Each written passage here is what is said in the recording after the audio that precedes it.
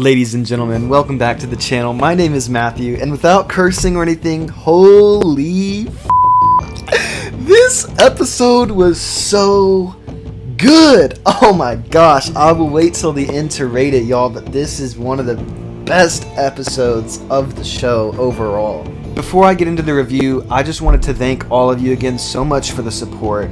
Every video I've done lately has gotten over 200 views, and I know that might not seem like a lot to y'all, but as a small content creator, that's really awesome. So again, thank you all so much for your support. Hit the bell to stay notified for more videos. This Saturday or Sunday, I will have my Jedi Survivor story trailer reaction and thoughts to that trailer out. So yeah, hit the bell to stay notified for that, and like this video if you like this video. Leave a comment with your thoughts if you want. I'm totally down to discuss it with y'all. And the beginning of this episode was super cool. We got a lot of scenes by the waterside. I have to say, Ragnar is one of the most unlucky people in the show. As soon as he walked up to the water again, I was like, you fool! And sure enough, it wasn't even a water creature this time, but he still got grabbed. I also really enjoyed, I'm kind of jumping around here, but I really enjoyed the Mandalorians all practicing, getting to see them practice. And then, even though we saw Grogu actually lock it in episode 2 of this season,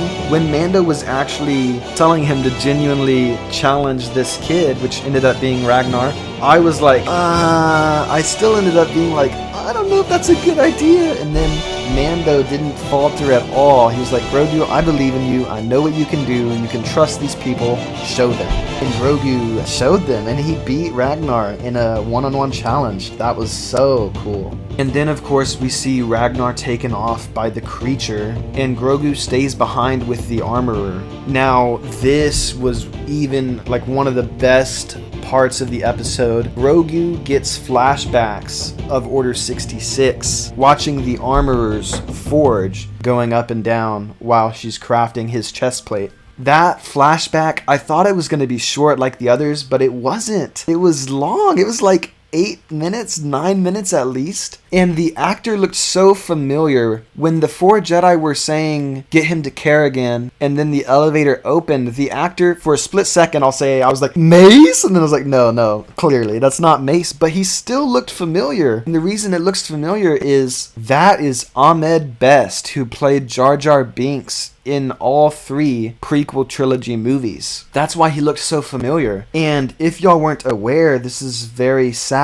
actually, but this is one of the biggest L's that Star Wars fans have done. But he got so much hate that he was contemplating suicide, and he almost took his own life. What sucks about it is it was a really, really poor example of not being able to separate the writing of a character from the actor. What I really like even more about the Order 66 flashback is that where at least 90% of fans don't enjoy Jar Jar Binks at all, Ahmed Best got to finally show how good of an actor he really is. And it wasn't like some Oscar performance, but I just feel like the character of Jar Jar did such a poor job, writing-wise, of showing the acting ability of Ahmed Best. And getting to play another character, Kerrigan, he did really, really good. I could connect with the emotion, how he was panicked, his friends had just died, and he still was able to stay calm enough to help Grogu escape. And that escape scene was so freaking good. The gunships chasing him down, I genuinely, during the chase scene, I know Grogu lives,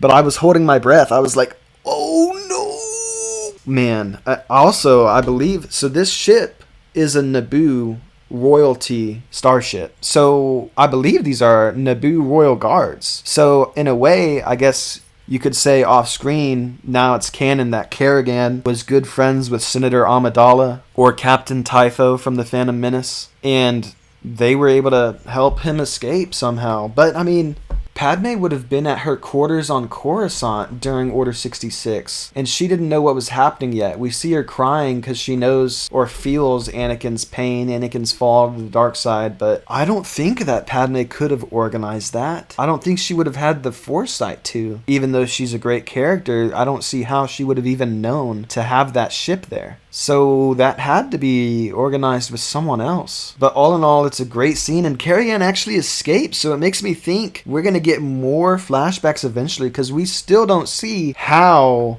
Grogu ends up in some gunslinger hideout by the beginning of season 1, episode 1 of The Mandalorian. And so I think that means that Ahmed Best is going to get to return again as Carrigan and prove that he's not a dog shit actor. Ultimately, he's gotta die. Yo!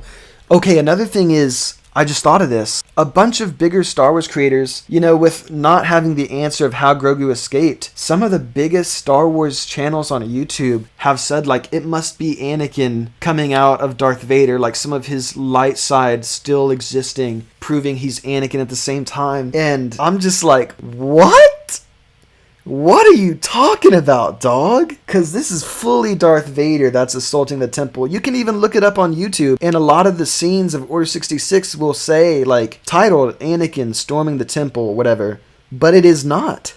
It's full power Darth Vader. So I don't think that, obviously it wasn't Anakin, but I was just so taken aback by all of the big creators, or a majority of them being clearly Anakin helps Grogu. And I'm like, what the frick are you talking about, bro? Some others said Jocasta knew. This was awesome though, y'all, truly. And maybe, something my brother and I talk about, and some of my good friends, is we don't get to see full power Darth Vader. You can argue, even though Obi-Wan didn't kill Anakin on Mustafar, and a lot of people say he should have, even still, he crippled Darth Vader, metaphorically and physically. He would never be able to overpower the Emperor after his defeat by Obi-Wan's hands. But if we get more flashbacks where Carrigan is on the run with Grogu, maybe trying to get him to Yoda or something, it gives us a brief opportunity to maybe see full power Darth Vader chasing him down before getting his limbs chopped off. But then it would have to be within the events of Revenge of the Sith. And the Emperor ordered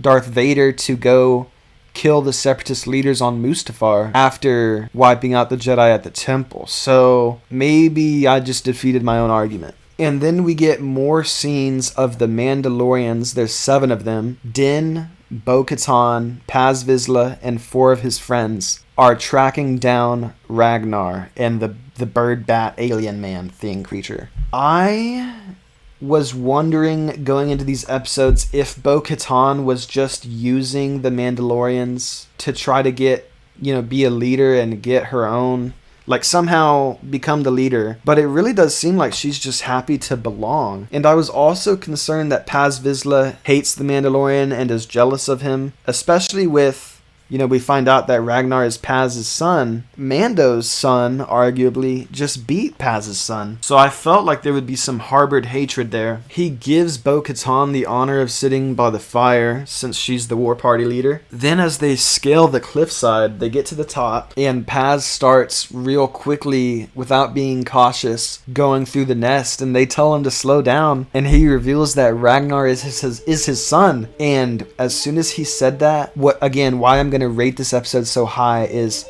my heart. I don't really care about the Ragnar character, I'll be honest, but when Paz said that, I was like, I sucked in my breath. I was like, oh no, because as soon as he does that, the big beast comes back out and picks Ragnar up again, and then Paz freaks out and flies straight at it, and he's then in its mouth, and his son is in its claws as it flies away. What I thought was really spine-chilling is I was thinking, as it was flying away with them, Bo and Din come chasing after them, I was thinking they're setting up the conflict where Paz is starting to be nice and decent towards Bo and Din, but then they're on this mission to save his son, and I thought that they were going to have his son die, and it be Bo and Din's fault, furthering the conflict between Paz and Din. So I was sucking in my breath. I was like, oh my gosh, they're gonna have his son die on the Mandalorian's hands. And not just that, but I imagined the 4 other Mandalorians he trusted to come with them were his good friends. He was depending on those people to help him save his son's life. So I don't think that those 4 would be main characters or anything, but it also made me think, I can't imagine